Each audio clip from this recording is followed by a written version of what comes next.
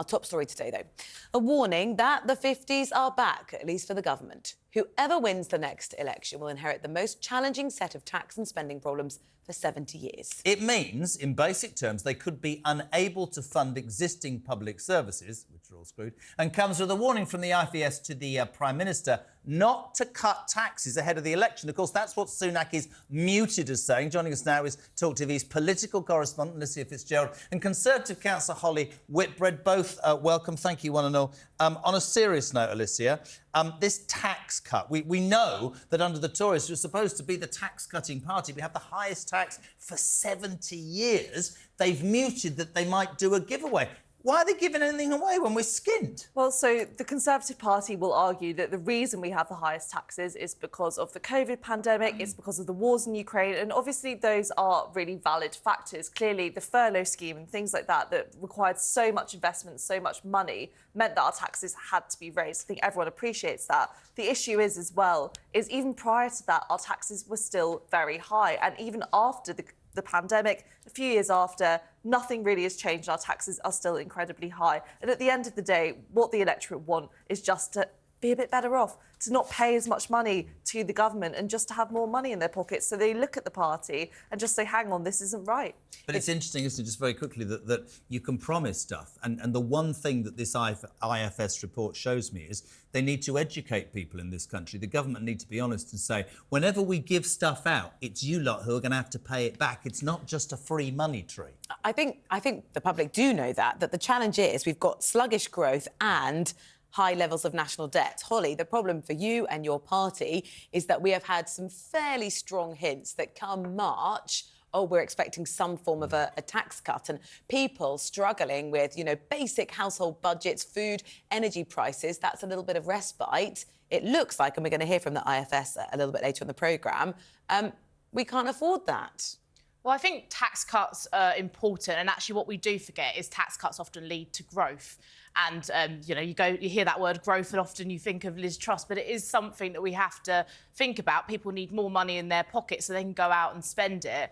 But I often feel like people forget the pandemic happened. I know for 2 years the government were paying people's wages, and that cost money and it had to be paid through tax. And I'm the first person to say cut taxes and have a low tax economy, but unfortunately we've had unprecedented circumstances. But my concern is, Holly, and I'm your archetypal person who's sort of a bit lost at the moment. I say this all the time and put this to a Tory councillor. I was brought up to believe that your party was about fiscal responsibility, low taxation, a strong military and strong borders. We have the highest taxation in 70 years. You cannot absolutely and utterly blame that on what happened during COVID. There has been mismanagement. And the irony of this, said it to Alicia last hour, is that Liam Byrne, that Labour MP who left a message 15 years ago saying there's no money left, it looks like there's no money. Now, morally, if I was Sunak, of course it might do his party some good to be giving tax cuts.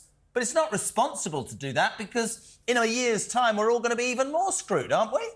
Well, we do have to think about how we run public services as well. I think that's an important question. Absolutely, we want to fund the NHS properly, and that's people's priority. But we do need to look more broadly about how we run our public services in this country.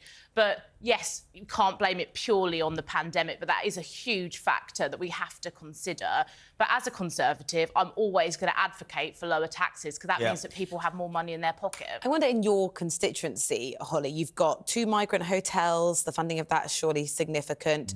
Over £17 million spent just in the Essex area on potholes. If you were looking and saying, look, this is the area that the people that I represent, trying to run this council, what should the priority be? Cutting those individuals' taxes or spending more on public services that clearly are already stretched? Well, it's got to be a balance. I mean, we just had the good news that one of the hotels is closing, and that's caused a lot of local concern because of the pressure on healthcare and our services locally. And we've just put an extra £17.4 million in Essex into fixing potholes, which is certainly the biggest grumble that I hear as a councillor. But the other big grumble I hear when I'm knocking on doors is people don't have enough money in their pocket.